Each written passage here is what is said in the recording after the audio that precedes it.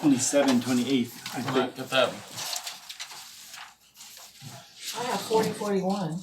Yeah. That's a better one. Let's do that.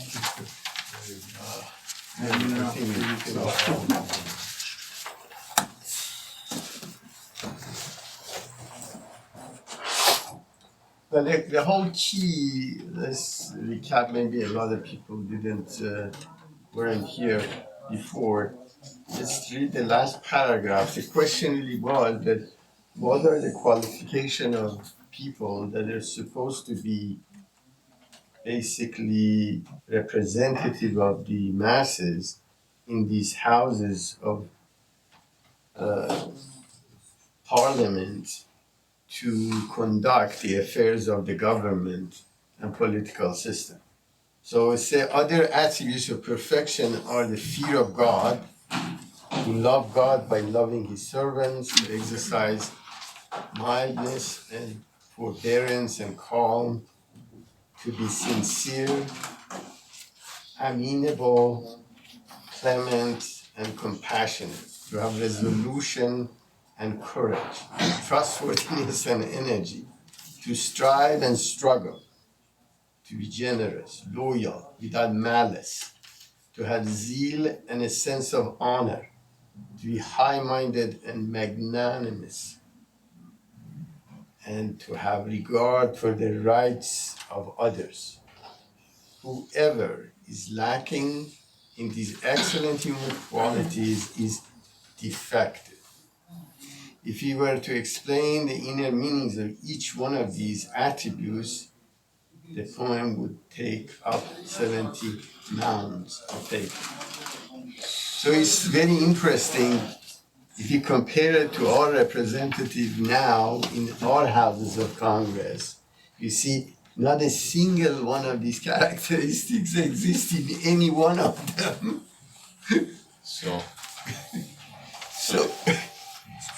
So, is this in regards to like how these civilizations are being misdirected in a no, way? the question really is that the masses, how do they elect representatives to the basically parliament to conduct the affairs of the masses from the political perspective?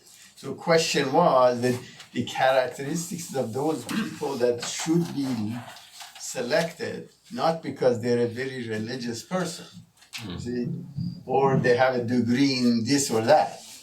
So the key really here, and precedence or whom you like, so these are the attributes of perfection that is required for a representative to represent the masses and affairs of political systems of the government.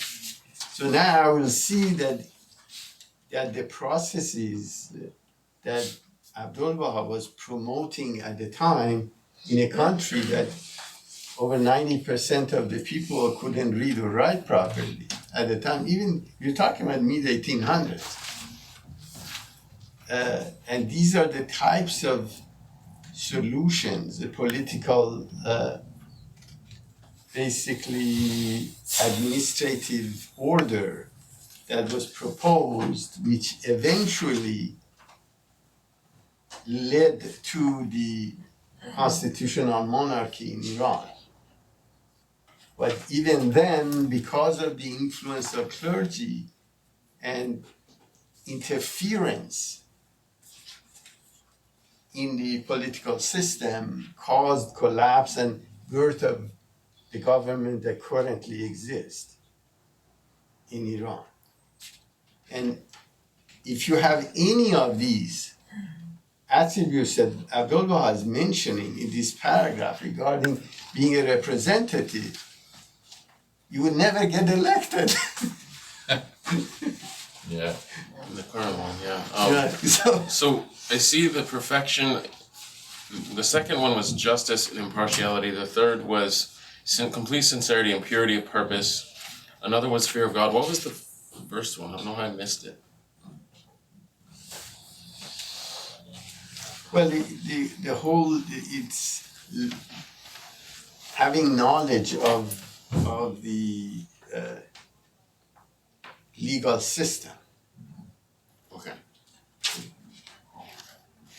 Legal moral, legal social. No, this is the Constitution, basically. Since the primary means of securing the peace and tranquility, people, they just, let's see. Learned members of the great consultative assembly who are thoroughly versed in the divine law of to evolve a single, direct, and definite procedure for the settlement of litigation. So you need to know the legal system, how it operates. Position in the 1800s in Iran. Right, Just but this based on is this. common. This is a method. He's describing a administrative order for a political system, and these are the key.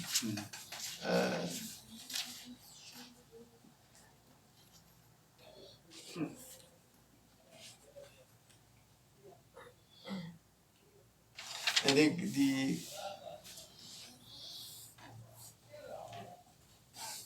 and how for example, in the constitutional monarchy of Iran, how they basically diluted it was introducing two major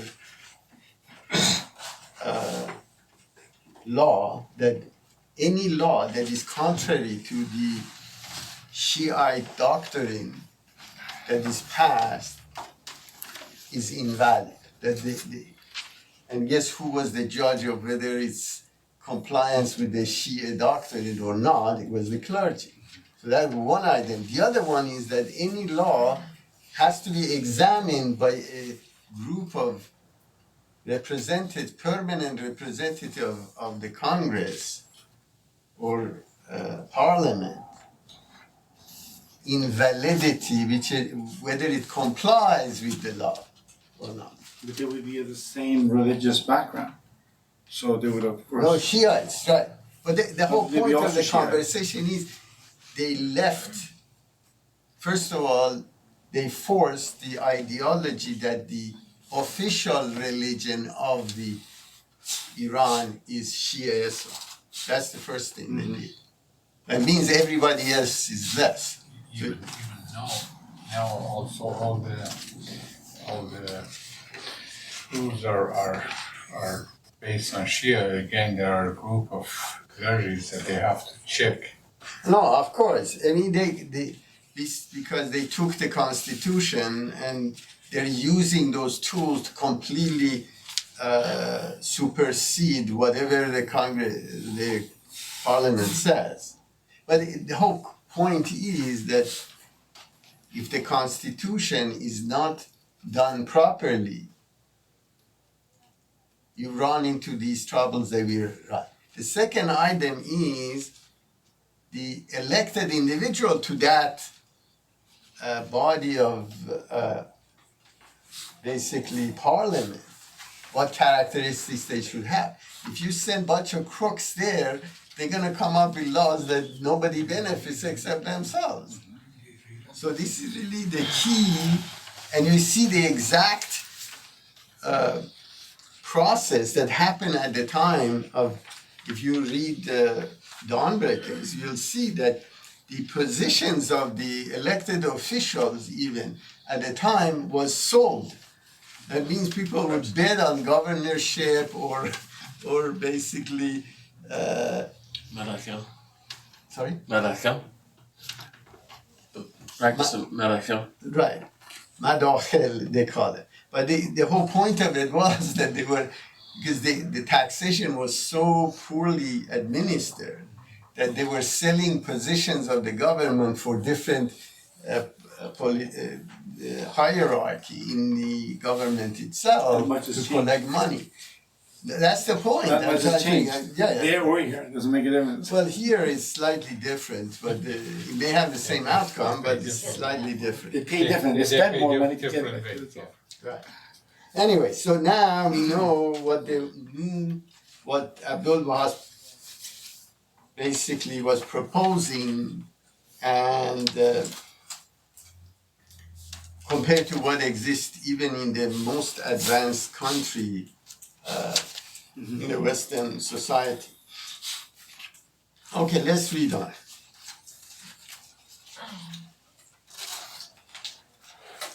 The second of these spiritual standards which apply to the possessor of knowledge is that he should be the defender of his faith.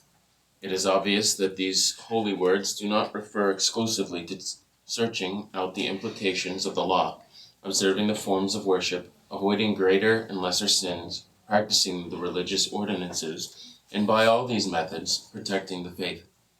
They mean rather that the whole population should be protected in every way, that every effort should be exerted to adopt a combination of all possible measures to raise up the word of God, increase the number of believers, promote the faith of God, and exalt it, and make it victorious over other religions.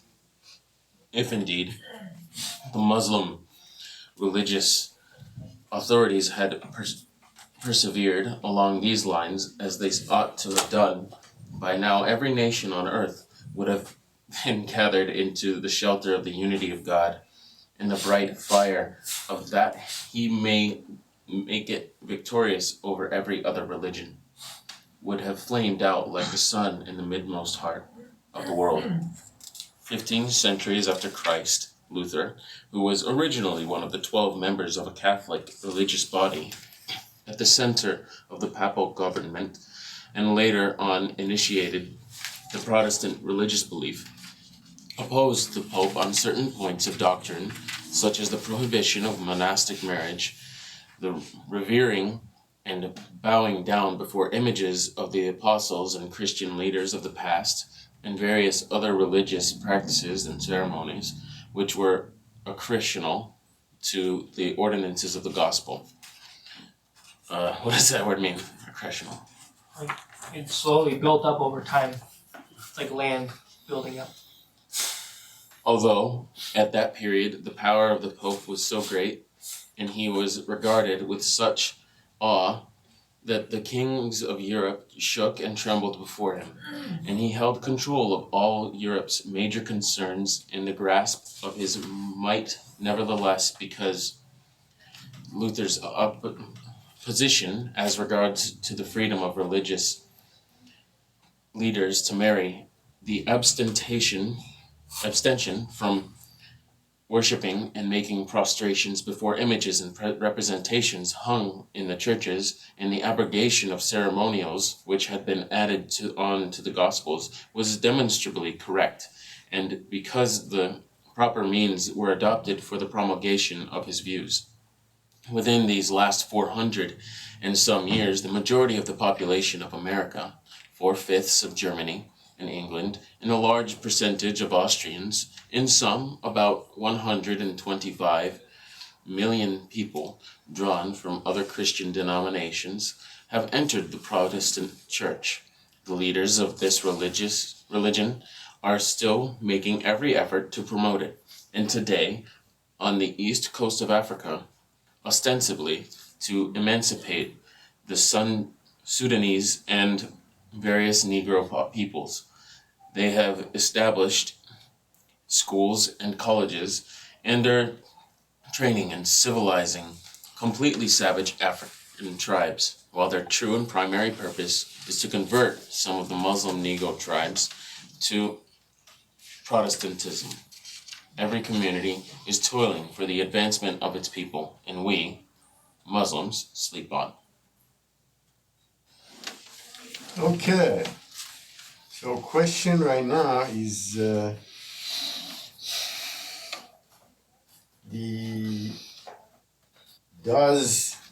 is Abdul Baha insinuate that the propagation of the Shia Islam should be promoted by the government?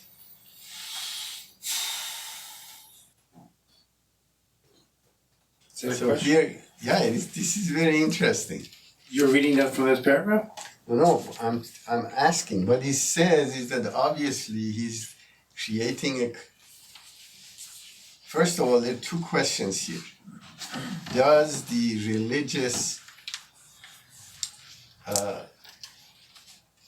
propagation of a religious doctrine within the government is allowed in Baha'i religion?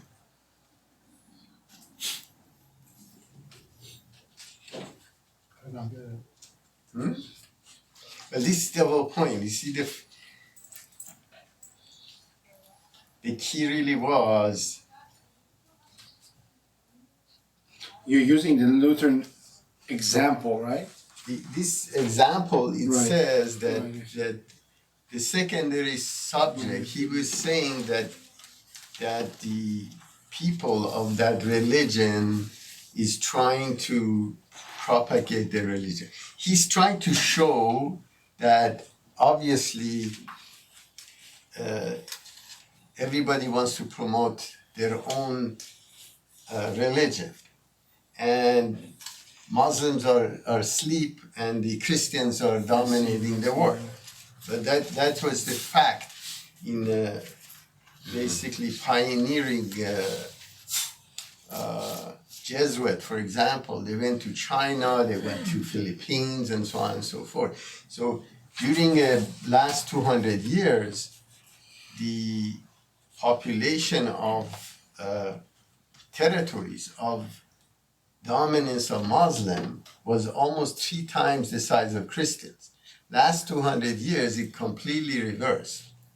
That means that the domination of Christians were, and that's what Abdul Baha is referring to. It's just intriguing that this. The last 200 years, talking about? It's most of it have less few hundred. I don't know exactly whether it's 200 years, but it's most visible from maybe 300, because from 1700 they started to send especially evangelists, that they went all over the world. Before then it was Jesuits that were there, but their penetration wasn't as high as last few hundred years. I don't know whether it's The Jesuits are Catholic. Sorry? The Jesuits are Catholic though, that's No, the I huge know, difference but- between but this is- evangelicals. But he's talking about penetration of evangelists in Africa, Yeah. here. Yeah, that was totally during the colonization period. When the Which is 1700. around 1700s. Because America Right, so was that's founded as 300 a colony in the 1600s or so. Yeah, it's more than 200 years. But Every 200 years in US, right. wasn't it also the same time the sects of Islam started to separate around the same time, early 1500s? The same time Luther kind of stepped out and said, I'm not going to worship idol, the past dogma. Is that around the same time the Muslim sects started to break apart too? When No, was the the Muslim Protestant sect- Reformation? Sects were always there. The Muslim society was completely disintegrating from even 12 or 1300. They went wrong direction. When you're looking at, for example, the birth of the Western culture was through Renaissance, where the priests and learned people in Europe went to Spain and learned the art of government from Muslims. And they even retranslated, because the Arabs translated the old Greek into Arabic, all the Aristotle philosophies, and what ended up happening is that the European priests and scholars that went to Spain to learn, they retranslated back into Latin. So they reintroduced everything during Dark Ages in Europe, which was from probably 8th, 9th century to 14th century, beginning of this, Europeans call it Dark Ages, Right. is because the ecclesiastical structure was controlling everything. And it kept people in darkness and abused them through ecclesiastical structure. So the question really here is two things. One is that saying that everybody is promoting their own religion and Muslims are not. And that's why the Muslim domination, which was 3 times larger territory-wise. Actually, I had a video that was showing how the Christian religion was propagating and taking territory away from Muslim religion, which is quite interesting. What he's actually saying, which is interesting, is you should be the possessor of knowledge, defender of your faith, spreading your faith. The Muslims did this until one point where they stopped and they started fighting and becoming corrupt amongst themselves. In the meantime, they spread their spiritual energy to Europe, causing the Renaissance. And then Luther and so on and so forth took this spiritual energy, converted it into practical applications, and were revitalized and are actually doing what the Muslims stopped doing because they're too busy being materialistic and greedy and corrupt. Right. That's the whole point of this, I think, right? But the whole point of it is that whether I wanted to deduct, I couldn't take this out. Whether the whole point of promotion of the religion would exclude other people in terms of participation in the political system that he was proposing.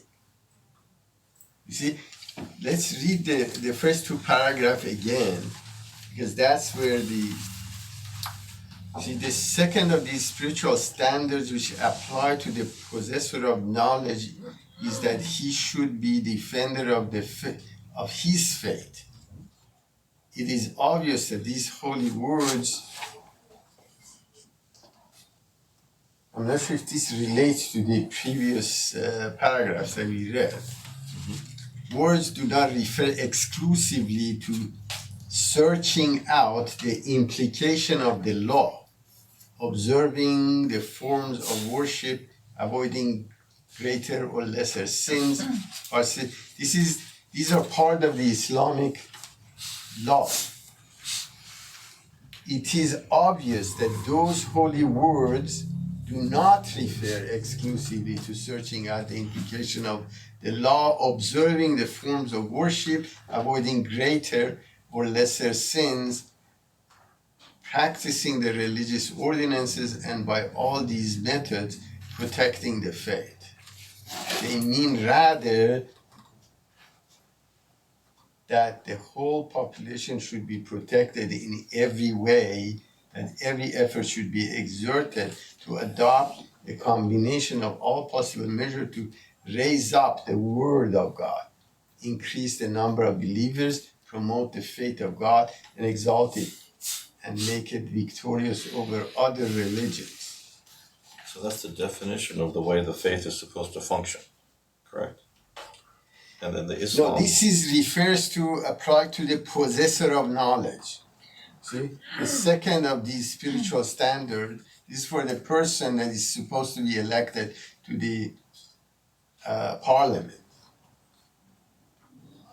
But you see, the whole emphasis here, which is very difficult to decipher, is that it's promotion of the Word of God, not the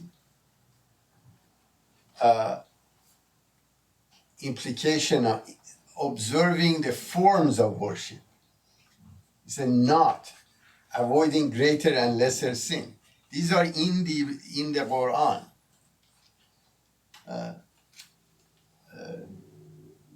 It's called Amr be Maruf Nahi az Munkar. It means that you should promote good behaviors and forbid sin. But he's saying this is not the reference that this person should do. It's very interesting. Rather is promoting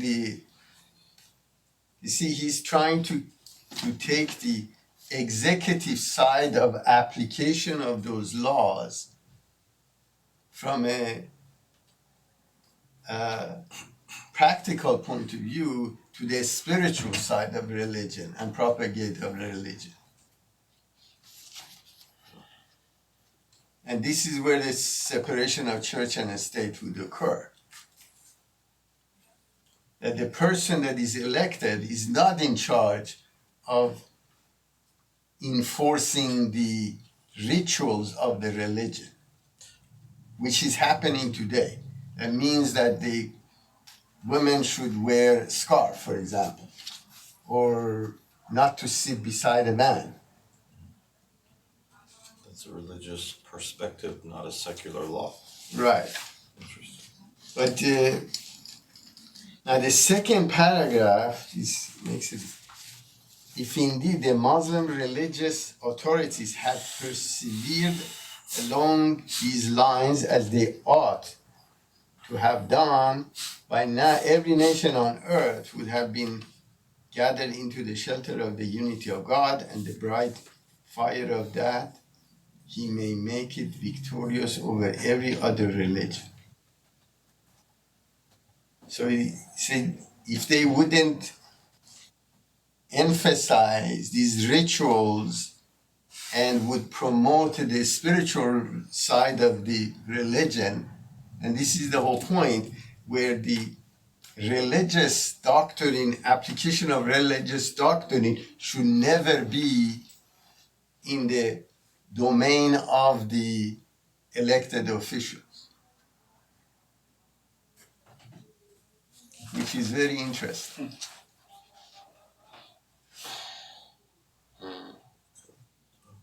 Because that's the cause of the strife. So if they were concentrating in propagation of the spiritual side of the Islamic doctrine, the whole world would have been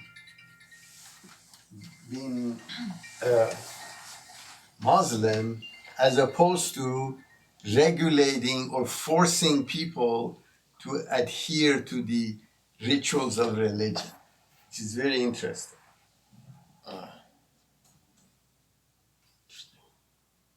And then he's saying the consequences of this, what is happening there, referring to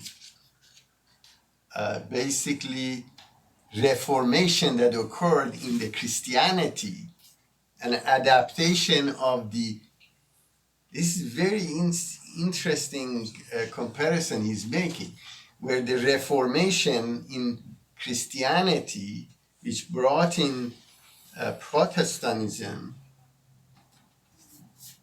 allowed, which was the spiritual side of the Christianity versus the rituals that the Pope and his followers were doing,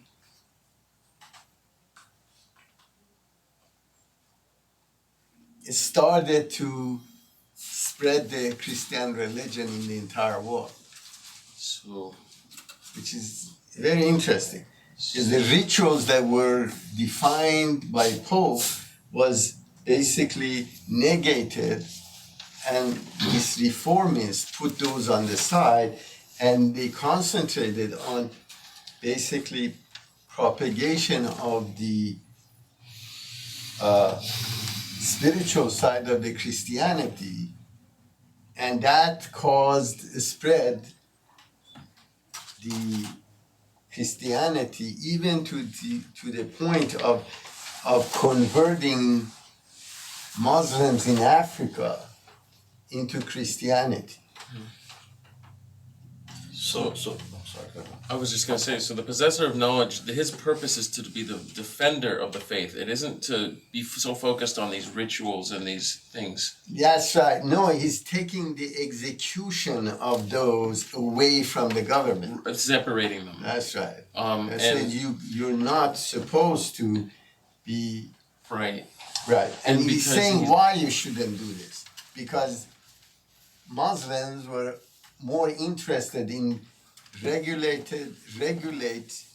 their adherence to what to do and not to do based on the rituals and culture Right. that they developed, and it caused degradation of Islam. And where he brings an example of Christianity, which opposite occurred, and last 300-400 years, the Christianity spread and even replaced. And it was The because they were, Islamic. and it was because they were not protecting their believers. No, in a these- way, it would have been a What do you mean Part of it, right. protected? Well, They weren't. because they weren't going along those lines, they lost their followers.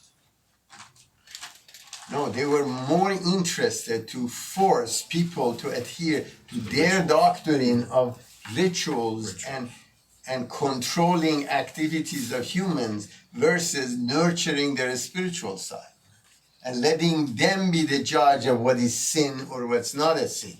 I mean, the key sentence in the first paragraph is they mean rather that the whole population should be protected in every way. That's That's the right. key sentence right there. That's right. These people are spending more time feeding rituals and creating silly dogma, which is what the Catholic Church did. That Luther said, you're ridiculous, let's just teach these positive things. That's right. But the key, as you mentioned here, relates to they were trying to create monolithic societies, the clergy, and say anybody that doesn't follow our instruction is an infidel. And they wouldn't accept it. But this, That's where the ethnic cleansing occurred in Iran. They completely destroyed other religions. Even the first 300-400 years of even when Islam came to Iran or across the world, people weren't forcing them to become Muslim. Later on, after centuries, like Ghazali in 12th century, 11 something, when this ideology that all knowledge is in Quran, all rituals is coming from God, and there is nothing else beside that is needed, caused other religions, other source of getting to God unacceptable. So they concentrate to exactly what he's saying here, to make sure everybody complies with their mode of rituals. So they were trying to regulate individual behavior versus then teaching them the spiritual side of the religion. And he's bringing that example of Luther. but what And the Reformation. Luther and the Catholic Church analogy is actually brilliant, because what the Catholic Church had become at that point was essentially what Islam had become. The same corrupt, ritualistic, monetary goals, so on and so forth. And that was the crux of Protestantism is, this is ridiculous, we have to do something different. I don't think that ever actually occurred in Islam. There were no Martin Luthers in Islam, I don't think, right? Well, there is no basically. Sheikh Ahmed Asai was kind of that way. Who? Sheikh Ahmed Asai was kind of that way. I don't know who that is. Sheikh Ahmed Asai. Oh, yeah. That's Sure. Shaykhi movement, Of course, which yeah. is precursor to the Babi Sure, movement. no, I Not understand. a difference. But Sorry? Well, for example, Big difference. No, it's very similar in terms of Renaissance in ideology that moving from material interpretation of Quran regarding end of time and hell and heaven, he came in and said, look, these are all allegorical. That's why everybody was against them. So this was the major difference. Ironically, Pope few months ago were copying same thing that Sheikh Ahmad Asai said in 19th century, that there is no hell, there is no physical hell. So these are the or physical heaven. No, these are really clearly, you see how difficult it is even to change culture and religions that have turned into superstition, basically, or rituals only. So here he's referring to don't look at the rituals or force people to adopt the rituals because they're gonna lose the main source of knowledge, which is the spiritual side of Islamic religion, and say we have deteriorated to a degree and the solution to it is separation of church and state and give sanctuary to everyone to protect people, protect. the populace. That's what God does. All right, And then that's why the Protestant movement was so powerful. that's right. Well, it started in the 1500s, so it was more like 400 or 500 years ago. It was a little longer. Was this? The Protestant Oh, Reformation yeah. was about 500 years ago. Yeah, 1570s when Luther came in, I think. 1500s. 1506 Luther, 1570, Germany. late 15 is the Protestant. I dumped in the water. By the way, Luther was the first. Yeah. Luther, at the end, they recanted what he said because they were after his head. Huh? Of course. Well, I thought it was Martin because of Really? That was why? Yeah. I thought it was because he wanted unity in the church. Well, Well, unity on his head, I think. Okay. But a very Okay. good incentive. Yeah. Interesting. No, same thing with Galileo. He had to. Yeah, well. Well, Copernicus did it right. Too, yeah. it's very Copernicus much did it right though. Posthumously, he published his book where it talked about the Earth going around the sun. And Copernicus was the man because he knew he'd be in trouble if he didn't do it that way.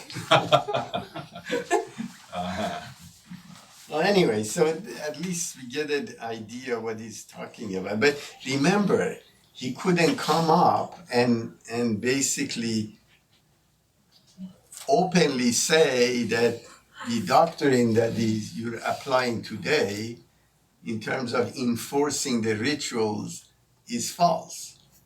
So he had to develop a methodology to be able to educate these ecclesiastical people that were in power. And they didn't want to give it up. Simple. Now imagine that you go to your mosque, everybody's watching you whether you're complying with that. You have a dispute, you had to go to the same mullah and clergy to resolve your problem. You had you wanted to teach your children, you had to send your children to the same mosque teaching by the clergy. They had control over everything at the time. They were just sucking the blood of the society. It's just amazing. Yeah, he was very brave, even suggesting these things at the time. All right, let's read on.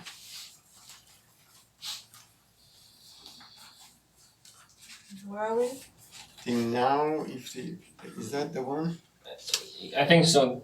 Now if the illustrious people of the one true God, the recipients of his confirmations, the objects of his divine assistance, should put forth all their strength, and with complete dedication, relying upon God and turning aside from all else but him, should adopt procedures for spreading the faith and should bend all their efforts to this end. It is certain that his divine light would envelop the whole earth. A few who are unaware of the reality below the surface of events, who cannot feel the pulse of the world under their fingers, who do not know what a massive dose of truth must be administered to heal this chronic old disease of falsehood, believe that the faith can only be spread by the sword, and bolster their opinion with the tradition, quote, I am a prophet by the sword, end quote. If, however, they would carefully examine this question, they would see that in this day and age, the sword is not a suitable means for promulgating the faith, for it would only fill people's hearts with revulsion and terror.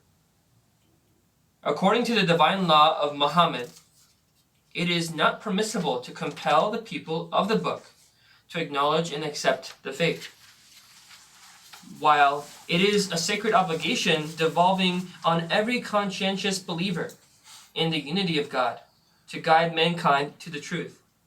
The traditions, quote, I am a prophet by the sword, end quote, and, quote, I am commanded to threaten the lives of the people until they say, there is none other God but God, end quote, referred to the idolaters of the days of ignorance, who in their blindness and bestiality had sunk below the level of human beings. A faith born of sword thrusts could hardly be relied upon, and would for any trifling cause revert to error and unbelief. After the ascension of Muhammad and his passing to the, quote, the seat of truth in the presence of the potent king, end quote, the tribes around Medina apostatized from their faith, turning back to the idolatry of pagan times. So it's really clearly, and this is really the problem that you're facing today with extremist Muslim movement, which they're referring to propagation of faith through force. And ironically, the Shia Islam now propagating the Shia, they think that only the Messiah would come if all they convert everybody to Shia Islam.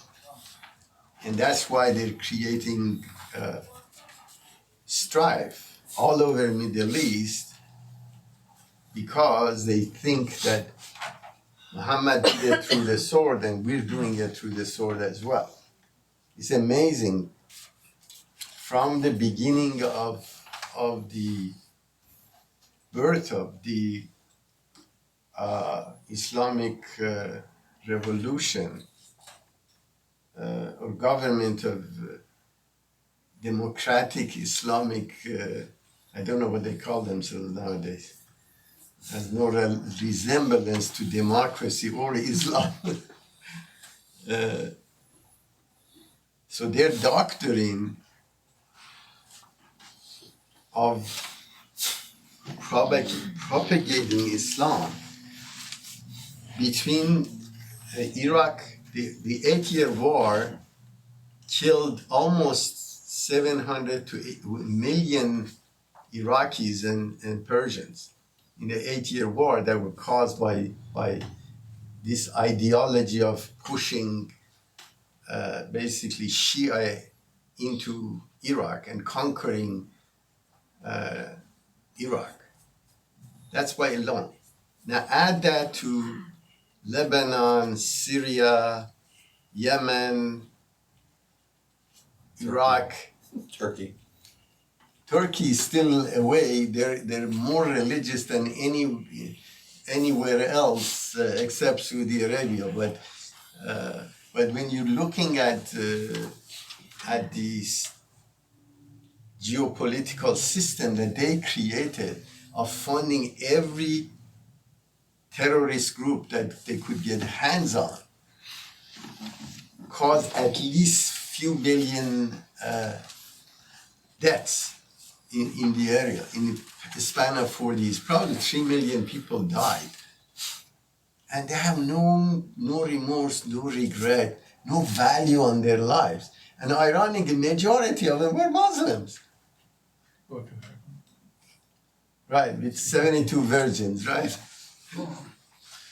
So the whole key here, and Abdul Baha is mentioning, this is in mid-1900s, late 1900s, that the day that you could propagate the word of God is gone by sword. And the only way, and he's bringing exact example, during Muhammad when he died away, and that threat of sword was taken away from people or tribes of Medina, they went back to idolatry anyways because the force wasn't there. So again, these are classical examples of educating the population in early 1900s of realities that caused their societies to be so backward, and he's bringing it to light and proposing a new model of government that would basically eliminate all these ills that existed at the time. All right, let's read on. Remember when the holy breaths of the Spirit of God, Jesus, was shedding their sweetness over Palestine and Galilee, over the shores of Jordan and the regions around Jerusalem, and the wondrous melodies of the gospel were sounding in the ears of the spiritually illumined. All the peoples of Asia and Europe of Africa and America, of Oceania, which comprises the islands and archipelagos of the Pacific and Indian Oceans, were fire worshippers and pagans, ignorant of the divine voice that spoke out in the day of the covenant. Alone the Jews believed in the divinity and oneness of God, following the declaration of Jesus, the pure and reviving breath of his mouth, conferred eternal life on the inhabitants of those regions for a period of 3 years. And through divine revelation, the law of Christ at the time, the vital remedy for the ailing body of the world, was established. In the days of Jesus, only a few individuals turned their faces toward God. In fact, only the 12 disciples and a few women truly became believers. And one of the disciples, Judas Iscariot, apostatized from his faith, leaving 11. After the ascension of Jesus to the realm of glory, these few souls stood up with their spiritual qualities and with deeds that were pure and holy, and they arose by the power of God and the life-giving breaths of the Messiah to save all the peoples of the earth. Then all the adulterous nations, as well as the Jews, rose up their might to kill the divine fire that had been lit in the lamp of Jerusalem.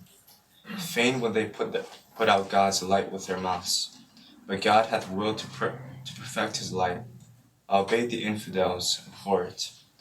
Under the fiercest tortures, they did every one of those holy souls to death. With butchers' cleavers, they chopped the pure and undefiled bodies of some of them to pieces, and burned them in the furnaces, and they stretched some of the followers on the rack, and then buried them alive. In spite of this agonizing requital, the Christians continued to teach the cause of God, and they never drew a sword from its scabbard, or even so much as grazed a cheek. Then, in the end of the faith of Christ, encompassed the whole earth, so that in Europe and America, no traces of other religions were left. And today in Asia and Africa and Oceania, large masses of people are living within the sanctuary of the four Gospels. It is now, by the above irrefutable proofs, been fully established that the faith of God must be propagated through human perfections, through qualities that are excellent and pleasing, and spiritual behavior. If a soul of his own accord advances toward God, he will be accepted at the threshold of oneness. For such a one is free of personal considerations, of greed and selfish interest, and he has taken refuge with the sheltering protection of his Lord. He will become known among men as trustworthy and truthful, temperate and scrupulous, high-minded and loyal, incorruptible and God-fearing. In this way, the primary purpose in revealing the divine law, which is to bring about happiness in the afterlife, and civilization and the refinement of character in this, will be realized. As for the sword, it will only produce a man who is outwardly a believer and inwardly a traitor and apostate.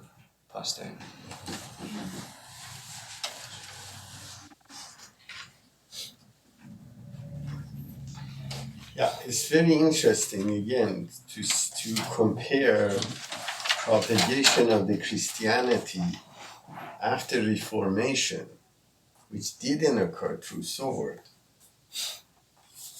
Although in a segment of colonization, they were using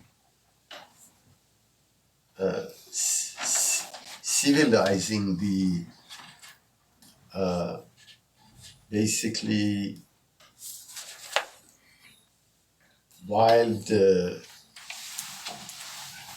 humans and bringing them to God was the mission, or disguised because they wanted to access resources of those countries and areas that this colonization was propagating. It was under the guise of religion, but but they didn't conquer land because of the sword. That it wasn't a religious war, that Christianity seeped into Africa, for example, or Asia, and so on and so forth. So his example is that because Christianity, of course, he's talking about last 400 years, spread through positive attributes of the spiritual side of the religion, it propagated so vastly in the continent. And the reason is because it was word of God, generally. And people, Muslims, that they tried, and they still try. In Africa, you see Boko Haram and all those leftist Islamic extremist groups that, again, they're sticking to the same old ideology of how Islam spread, are shunned by every doctrine, including Muslims. Yet the largest population of Muslims in the world was spread through passive, non-violent. Talking about Indonesia, right? That's correct. Actually, Islam spread into Asia through Sufism.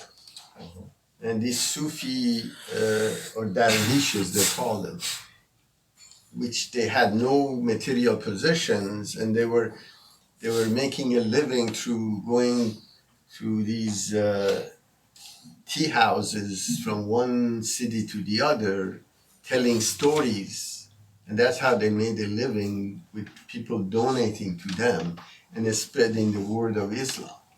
And the interesting part was, because through Sufism mostly relates to the spiritual side of the Islamic religion, it didn't negate the local cultures. That's why they adopted it very easily. If they had, for example, spread the rituals of what was happening in Saudi Arabia or Shiite doctrine, Islam would never spread the way it did, because it was tolerant of existing cultures. And brought in, for example, and people say, well, what did they do? And because we're sitting on top of all the knowledge and sciences and development of humanity for 2,000 years, and we can see the recording of it, reality is that prior to Muhammad, actually, and we read this in previous paragraph, that a man could marry two sisters, right?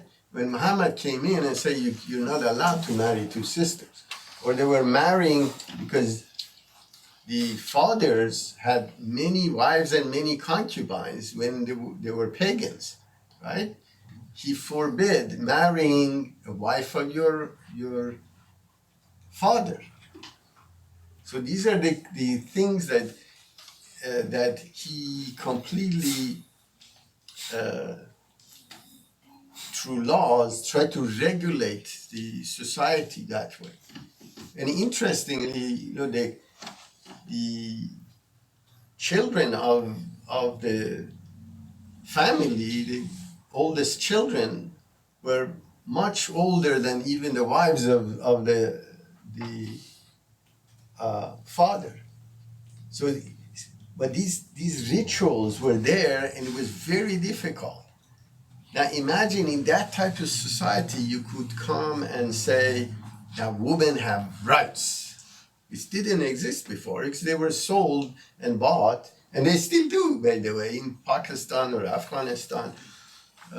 Even it was interesting, I was looking at Chechnya, which is mostly Muslim, or Bulgaria, which there are different tribes of Bulgaria, and they have markets actually. And when they go to wedding, they select, once a year they go and select people. Of course, the rituals have diluted now. It's not as strong as it was 30, 40, 50 years ago. but they actually depends on how pretty the girl is and how many basically suitors she has.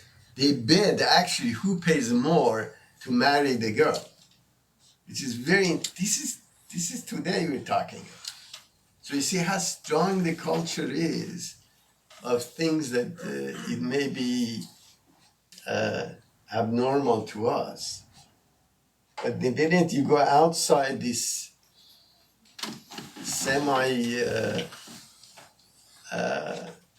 advanced society, The same thing here, they don't call it marriage.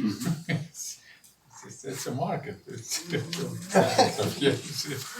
no, I mean Make a this lot of is money. It's called a Millionaire Matchmaker. Yeah. It's a TV show. Yeah, They have it. they're just different names. anyway, so no, but the whole point of the conversation is how difficult it is to spread a religion.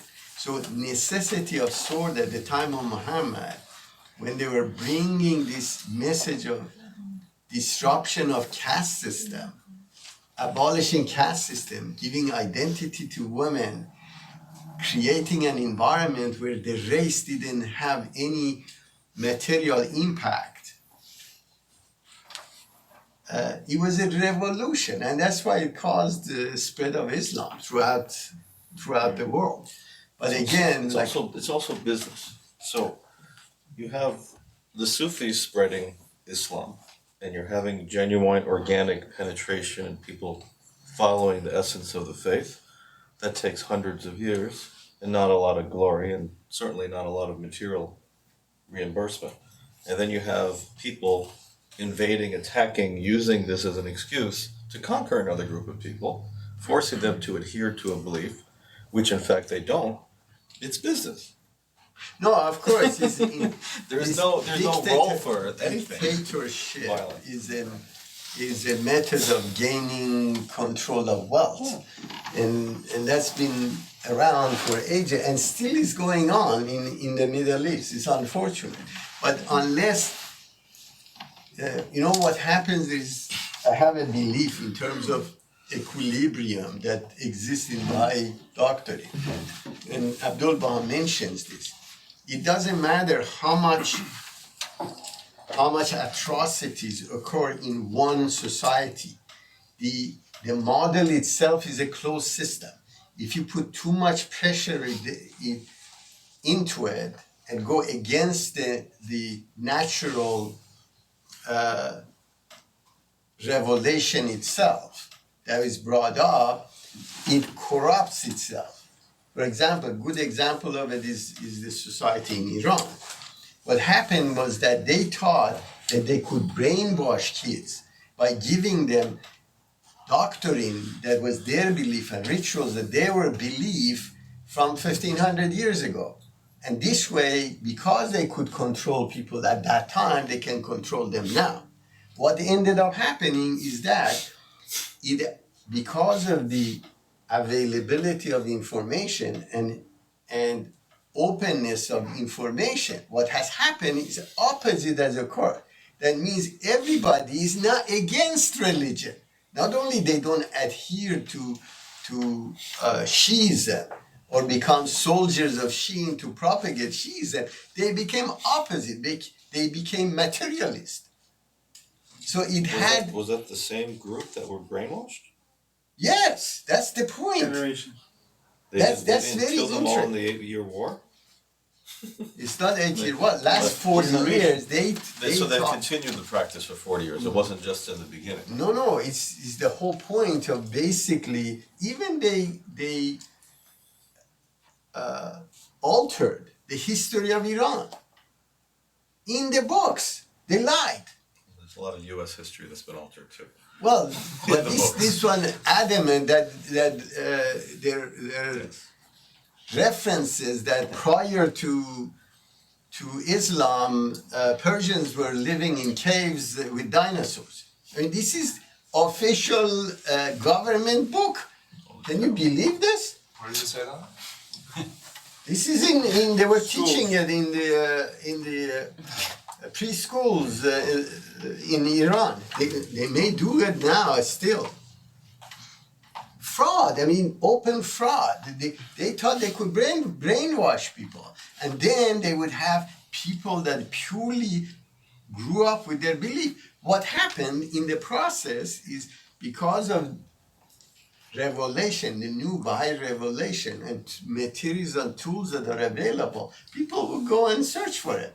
And they find out how corrupt these people were. So what they spent 40 years to develop, not only didn't improve, it destroyed that little faith that existed in people that would adhere to the Islam. So they completely destroyed Shia Islam in Iran. Completely destroyed it. And the same thing, and this is that equilibrium. If you violate, if you give wrong information, there's a backlash. The more atrocities you do, the more the backlash is gonna be. And this equilibrium is gonna be always in charge. And this goes everywhere. It's amazing. Your personal life, your family life. And if you misrepresent something or deceive something, eventually gets discovered. And the backlash of it is the equilibrium, which would be 10 times more damaging than the original gain you had. So you have to be cognizant of the closed system. Nothing gets erased. It comes back.